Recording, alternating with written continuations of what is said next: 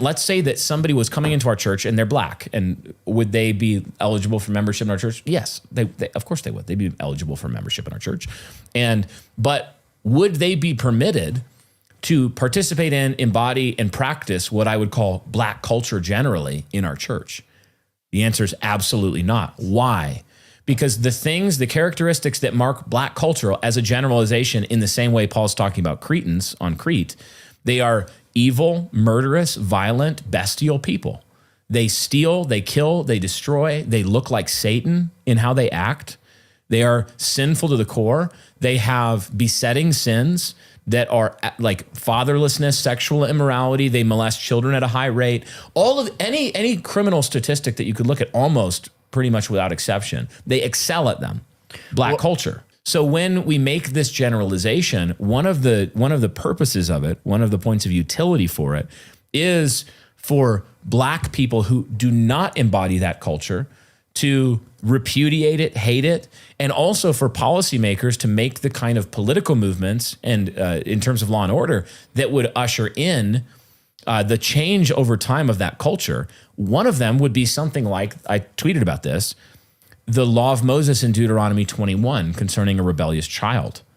If 5 to 6% of black, I think it's something like 5% of black males are murderers. Think about that? Yeah, 5% of young Africans are committing the bulk of the murders. So if you had 100 black men in America, a room, even just, I think specifically, if you had 100 black men in a room, 5 of them would have committed murder, which is a lot, quite a few. Well, as Matt Walsh pointed out, the actual number of blacks who are committing murder is more than whites. Right. And whites are significantly greater. 60% compared to 13% percentage of the population. Yeah. So if you take that, and then you took a law like Deuteronomy 21, which is a just law that God enacted through Moses. The law was that if you had a rebellious son, you have a child they're coming up into their manhood and they're rebellious, they don't listen. He lists some characteristics, and even though they're disciplined, they will not turn. He says the fathers to bring them out into the town square. This is a rebellious son, and then they stone him to death. They kill him. And an armed robber would certainly be one of those. Oh, absolutely. Armed robber, all the ghetto culture. Violent crimes. Basically, take ghetto culture, it would describe this to a T. If you did that over 3 generations, how much violent crime would you have in the 3rd and 4th generation? Much, much less.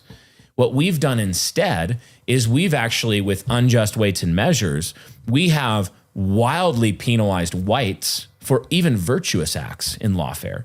And we have done everything because liberals have appointed blacks to positions of power, and they're practicing ethnic and racial in-group preference. Like the several black women who were involved in releasing DeCarlos, the murderer in the Charlotte. I think 14 times. Yeah, something like that. His younger brother was a murderer in prison. His father was a violent criminal. Okay, so there's 2 sons and a father. If they'd cut that line off back the generation or 2 before, there's no DeCarlos to slit the throat.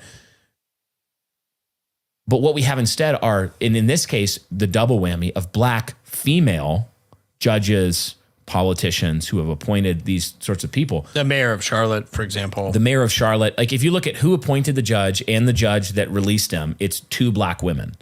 Okay. And what did they do? They said, oh, it's mental health, it's homelessness, it's this, it's that. It's not a criminal tendency of black males that needs to be cut off through the wielding of the sword by the civil magistrate.